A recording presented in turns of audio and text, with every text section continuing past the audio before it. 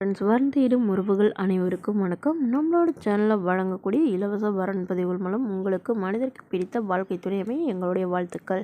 வாங்க இன்றைய இலவச வரன்களை பார்ப்போம். பெயர் ஜெயலட்சுமி, வயது 37 வயது ஆகுதுங்க. ராசி கன்னி ராசிங்க. ஜாதின்னு பார்த்தீங்கன்னா இந்துல தேவர் சமுதாயத்தை சார்ந்தவங்க.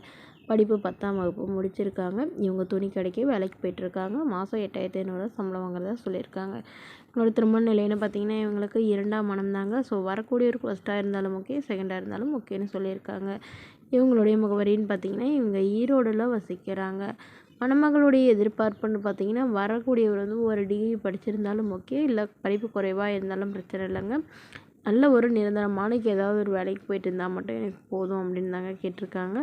ஸோ மணமகளுடைய வசதி நிலைன்னு பார்த்தீங்கன்னா இவங்களுக்கு சொந்த வீடு இருக்குங்க. அது இல்லாமல் 1 ஏக்கர் நிலம் இருக்குங்க. பட் அது வந்து கொஞ்சம் ப்ராப்ளத்தில் இருக்கிற மாதிரி சொல்லியிருக்காங்க. இவங்களுடைய கணவர் வந்து எதிர்பாராத விதமாக கரண்ட் ஷாக் அடித்து தவறிட்டதாலும் அதனால இவங்க தனிமையில் தான் வசிக்கிறதாகவும் சொல்லியிருக்காங்க. அம்மா அப்பா வீட்டுக்கெலாம் போகலைங்க. ஸோ இவங்களுடைய அம்மா வந்து இவங்க கூடயே வந்துட்டாங்கன்னு சொல்லியிருக்காங்க.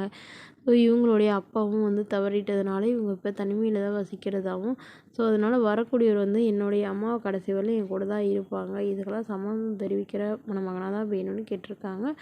வரக்கூடியவருக்கும் திருமணமாகி குழந்தை இருந்தாலும் நான் ஏற்றுக்கிறேன் அப்படிங்கிற மாதிரி சொல்லியிருக்காங்க.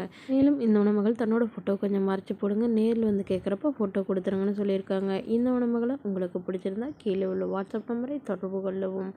அடுத்த வரன் பெயர் பார்த்தீங்கன்னா மீனா, வயது 35 வயது ஆகுதுங்க. ராசி கனக ராசிங்க. ஜாதின்னு பார்த்தீங்கன்னா இந்துல தேவர் சமுதாயத்தை சார்ந்தவங்க. இதில் உட்பிரிவு எதுவாக இருந்தாலும் சம்மதம்னு சொல்லியிருக்காங்க. இதில் கிடைக்காத பட்சத்தில் வேறு ஜாதி ஓகேன்னு சொல்லியிருக்காங்க.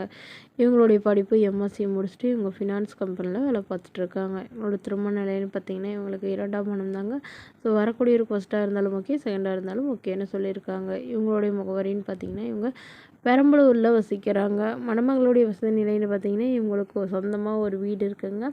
அது இல்லாமல் ஒரு 4-5 வீடுக்கு மேலே வாடகைக்கு விட்டுருக்கிறதா சொல்லியிருக்காங்க. இவங்களுடைய கணவர் வந்து லாரி டிரைவராக ஒர்க் பண்ணிகிட்ருக்கிறப்போ ஆக்சிடெண்ட் ஆகி வந்து ஒரு தவறிட்டு தான் சொல்லியிருக்காங்க. அதனால் இவங்க தனிமையில் தான் வசிக்கிறதா சொல்லியிருக்காங்க.